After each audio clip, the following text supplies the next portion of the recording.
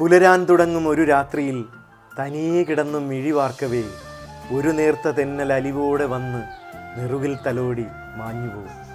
ഉറക്കം നഷ്ടപ്പെട്ട രാത്രികളിൽ തനിച്ചിരിക്കുമ്പോഴെല്ലാം ഒരു നേർത്ത തെന്നലായി അലിവോടെ വന്ന് നെറുകിൽ തലോടി മാഞ്ഞുപോയ പാട്ടിൻ്റെ പാലാഴി ഗിരീഷ് പുത്തഞ്ചേരി. നമ്മുടെ നോവും നൊമ്പരവും പ്രണയവും വിരഹവും ഉന്മാദവും എല്ലാം അക്ഷരങ്ങളാക്കി മാറ്റിയ കവി. തൂലികയിൽ അയാൾ വിരൽ തൊട്ടപ്പോഴെല്ലാം മലയാളത്തിൽ വിരിഞ്ഞത് എത്ര കേട്ടാലും മതിവരാത്ത കവിത തുളുമ്പുന്ന മനോഹരമായ ഗാനങ്ങളാണ്.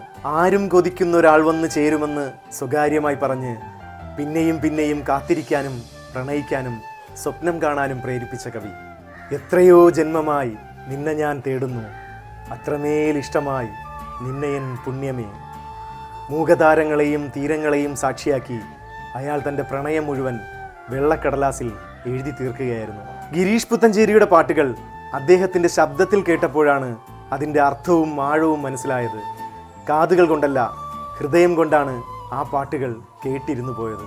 ലോകത്തിലെ ഏത് ബാങ്ക് തകർന്നാലും എൻ്റെ പദസമ്പത്തിൻ്റെ ബാങ്ക് തകരില്ലെന്ന ആത്മവിശ്വാസത്തോടെ പറഞ്ഞ അക്ഷരങ്ങളുടെ അക്ഷയപാത്രം മലയാളിയുടെ പ്രിയപ്പെട്ട ഗിരീഷ് പുത്തഞ്ചേരി.